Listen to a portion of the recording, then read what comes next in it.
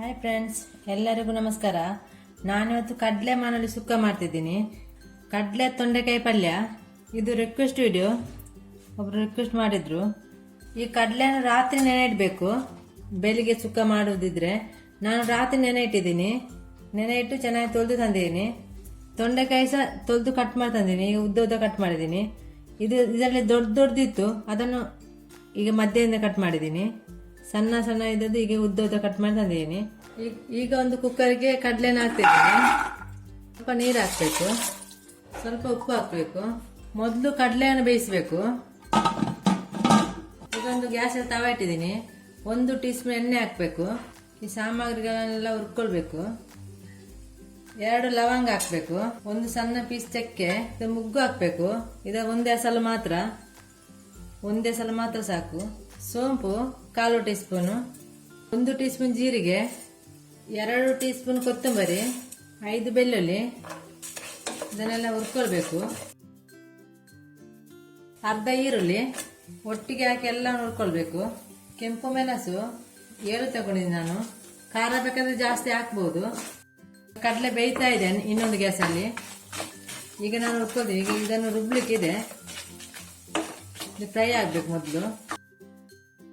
ಈಗ ಫ್ರೈ ಆಯಿತು, ಇದನ್ನು ತೆಗಿತಾ ಇದ್ದೀನಿ. ಈಗ ಅದೇ ತವನ್ನು ಪುನಃ ಇಟ್ಟಿದ್ದೀನಿ. ಈಗ ತೆಂಗಿನ ತುರಿಯನ್ನು ಸ್ವಲ್ಪ ಹಾಕ್ತಿದ್ದೀನಿ. ಸ್ವಲ್ಪ ತಗೊಂಡಿದ್ದೀನಿ.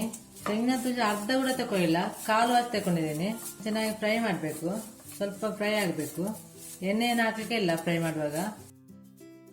ಈ ತೆಂಗಿನ ತುರಿ ಫ್ರೈ ಆಯಿತು, ಸ್ವಲ್ಪ ಕೆಂಪಾಗಿ ಆಯಿತು, ಸಾಕಿದ್ದು. ಈಗ ಕಡಲೆ ಬೆಂದಿದೆ, ತೆಗಿತಾ ಇದ್ದೀನಿ.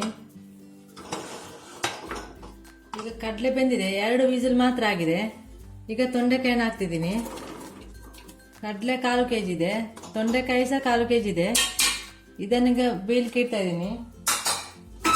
ಇದನ್ನು ಮುಚ್ಚಬೇಕು. ಇನ್ನು 1 ವಿಸಿಲ್ ಆದ್ರೆ ಸಾಕು. ಈಗ ಒಂದು ಮಿಕ್ಸಿ ಜಾರ್ ತಗೊಂಡಿದ್ದೀನಿ. ಈ ಫ್ರೈ ಮಾಡಿದ ಸಾಮಗ್ರಿಯೆಲ್ಲ ಗ್ರೈಂಡ್ ಮಾಡಬೇಕು. ಖಾರ ಜಾಸ್ತಿ ಕೂಡ ಹಾಕ್ಬೋದು, ಕಡಿಮೆ ಕೂಡ ಹಾಕ್ಬೋದು. ಹುಣಸೆ ಹುಳಿ ಸ್ವಲ್ಪ ಹಾಕ್ತಿದ್ದೀನಿ. ಜಾಸ್ತಿ ಹಾಕಿದ್ರೆ ಹುಳಿ ಆಗಿಬಿಡುತ್ತೆ. ಇದು ತೊಂಡೆಕಾಯಿ ಹುಳಿ ಇದೆ. ಅರ್ಧ ಟೀ ಸ್ಪೂನ್ ಅರಶಿನ, ಸ್ವಲ್ಪ ನೀರು ಹಾಕ್ತಿದ್ದೀನಿ. ಇದನ್ನು ಗ್ರೈಂಡ್ ಮಾಡಿ ಹಾಕ್ತೀನಿ. ಗ್ರೈಂಡ್ ಮಾಡಿ ಆಯಿತು. ತೊಂಡೆಕಾಯಿ ಬೆಂದಿದೆ.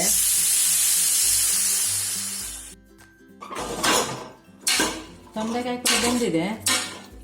ಇಷ್ಟು ಬೆಂದ ಸಾಕು. ಒಂದೇ ವಿಸಿಲ್ ಹಾಕಬೇಕು. ತೊಂಡೆಕಾಯಿ ಬೇಯಲಿಕ್ಕೆ ಇಟ್ಟು ಇಡದೆಲ್ಲ ಕರಗಿ ಹೋಗುತ್ತದೆ.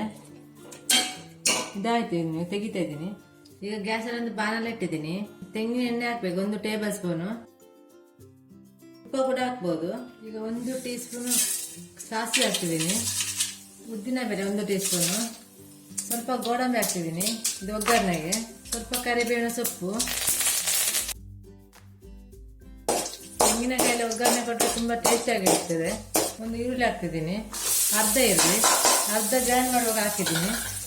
ಒಟ್ಟಿಗೆ 1 ಈರುಳ್ಳಿ ಹಾಕಿದ್ದೀನಿ. ಕೆಂಪಾಗಿ ಫ್ರೈ ಆಯಿತು. ಈಗ ಗ್ರೈಂಡ್ ಮಾಡಿದ ಮಿಶ್ರಣವನ್ನು ಹಾಕ್ತಿದ್ದೀನಿ. ಚೆನ್ನಾಗಿ ಮಿಕ್ಸ್ ಮಾಡಬೇಕು. ಈ ಒಗ್ಗರಣೆಯಲ್ಲಿ ಮಿಕ್ಸ್ ಮಾಡಬೇಕು ಚೆನ್ನಾಗಿ. ನೀರೇನು ಹಾಕೋದು ಬೇಡ ಇದಕ್ಕೆ.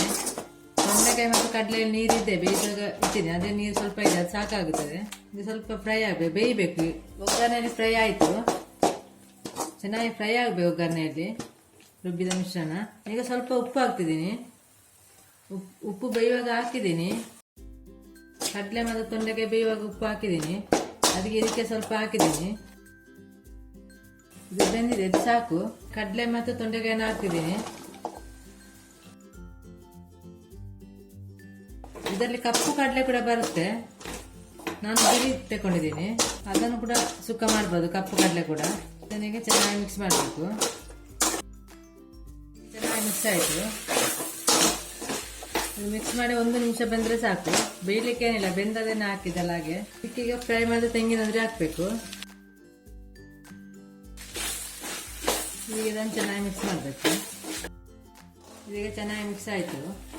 ಕೊತ್ತಂಬರಿ ಸೊಪ್ಪು ಸ್ವಲ್ಪ ಹಾಕಬೇಕು. ಇದಾಯಿತು. ಗ್ಯಾಸ್ ಆಫ್ ಮಾಡ್ತಿದ್ದೀನಿ. ಕಡಲೆ ಮಾಡಿ ಸುಕ್ಕ ರೆಡಿ ಆಯಿತು. ನೀವು ಸಹ ಟ್ರೈ ಮಾಡಿ.